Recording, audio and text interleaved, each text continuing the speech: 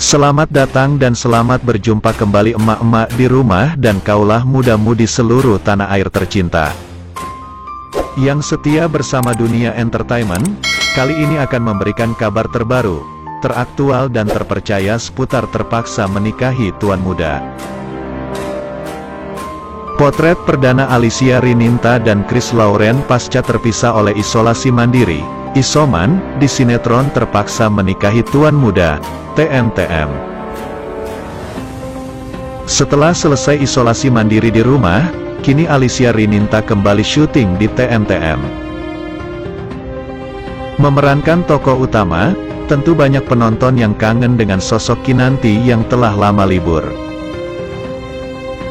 Tak hanya isolasi di kehidupan nyata, dalam sinetron TMTM dia juga diceritakan melakukan isolasi mandiri karena flu berat. Kini Kinanti telah kembali pulang ke rumah Abimana, Chris Lauren. Keduanya terlihat romantis karena sudah lama tidak bertemu. Di sana Abimana sangat terkejut melihat kedatangan Kinanti yang tidak memberitahu kepulangannya. Selain itu, Abimana juga merasa rindu dengan istri tercintanya. Mereka pun saling berpelukan. Alih-alih memuji Kinanti cantik, ternyata Abimana merasa istrinya itu semakin kurusan dan pipinya juga tirus. Kurus banget tangannya. Ngak dikasih makan ya di sana, kata Abimana memegang tangan Kinanti. Mendengar itu, Kinanti mengatakan kalau dia dikasih makan. Tetapi Abimana tetap heran melihat pipi Kinanti yang kurusan. Pipinya juga tirusan. Kayaknya gak dikasih makan deh di sana, ujar Abimana lagi. Berikut potret pertemuan pertama Kinanti dengan Abimana pasca isoman.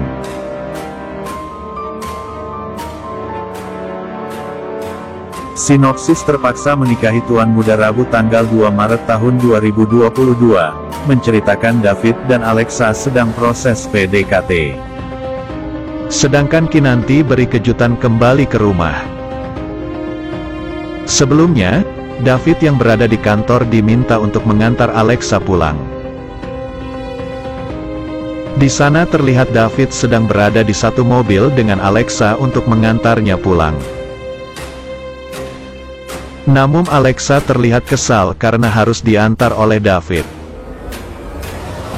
Dia berpikir bahwa David adalah ajudan Abimana yang sangat mengesalkan. Kalau saja aku tidak kepepet, aku nggak bakal mau satu mobil sama ajudan rese ini, kata Alexa melirik David. Rupanya, David juga merasakan hal yang sama. Dia merasa bahwa Alexa adalah karyawan yang menyebalkan. Jika bukan karena perintah Abimana, mungkin David juga tidak mau mengantar Alexa pulang.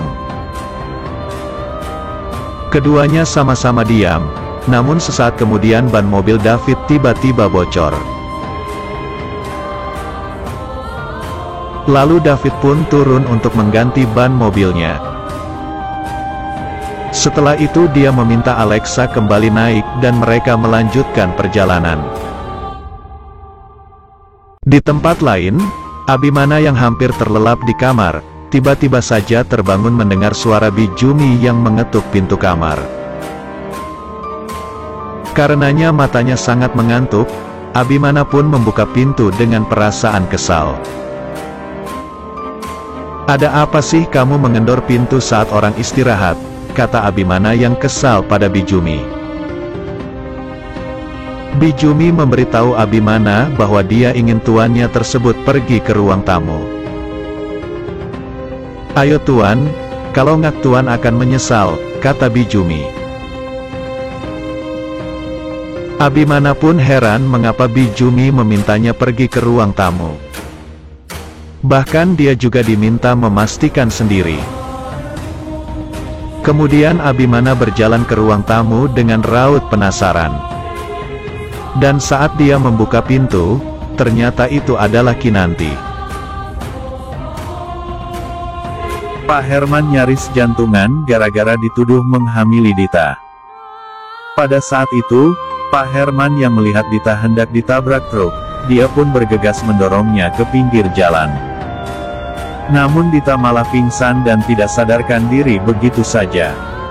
Tentunya Pak Herman ragu mau membantu karena dia tidak mengenal Dita.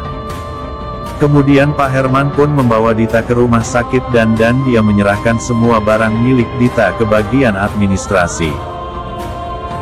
Dan ketika Pak Herman akan berpamitan pulang, perawat meminta Pak Herman menunggu hingga salah satu keluarga pasien datang. Tetapi Pak Herman menjelaskan bahwa dia tidak mengenal siapa Dita karena dia hanya membantunya saja. Karena tidak punya pilihan lain, akhirnya Pak Herman menunggu keluarga Dita datang ke rumah sakit. Sesaat kemudian ayah Dita datang menemui anaknya di ruang perawatan. Dan Pak Herman meminta izin untuk pamit pulang. Di sana ayah Dita menanyakan kepada anaknya mengapa bisa sampai berada di rumah sakit. Namun Dita tidak mau menjawab ayahnya, dan dokter pun memberitahu bahwa saat ini Dita dalam kondisi hamil. Mendengar itu, ayah Dita sangat terkejut karena putrinya bisa-bisa hamil. Dan dia menanyakan siapa laki-laki yang menghamili Dita. Dita berbohong sambil mengatakan kalau pria tersebut adalah yang membawanya ke rumah sakit. Mendengar pengakuan Dita, ayahnya pun bergegas keluar untuk menanyakan alamat rumah Pak Herman ke bagian administrasi. Perawat menyatakan jika Pak Herman baru saja pamit pulang. Dan ayah Dita berusaha mengejar Pak Herman ke sana. Saat itu, Pak Herman yang sedang menunggu taksi tiba-tiba dihampiri ayah Dita dan meminta pertanggungjawaban. Pak Herman pun kebingungan karena dirinya dipaksa bertanggung jawab. Lalu dia menanyakan apa maksud dari orang tersebut. Ayah Dita mengatakan bahwa Pak Herman harus bertanggung jawab pada kehamilan anaknya. Karena bingung, Pak Herman pun masuk ke ruangan Dita dan menanyakan apa maksud dari semua itu. Rupanya Dita yang takut pada ayahnya, sengaja berbohong mengatakan Pak Herman sebagai ayah dari bayi yang dia kandung.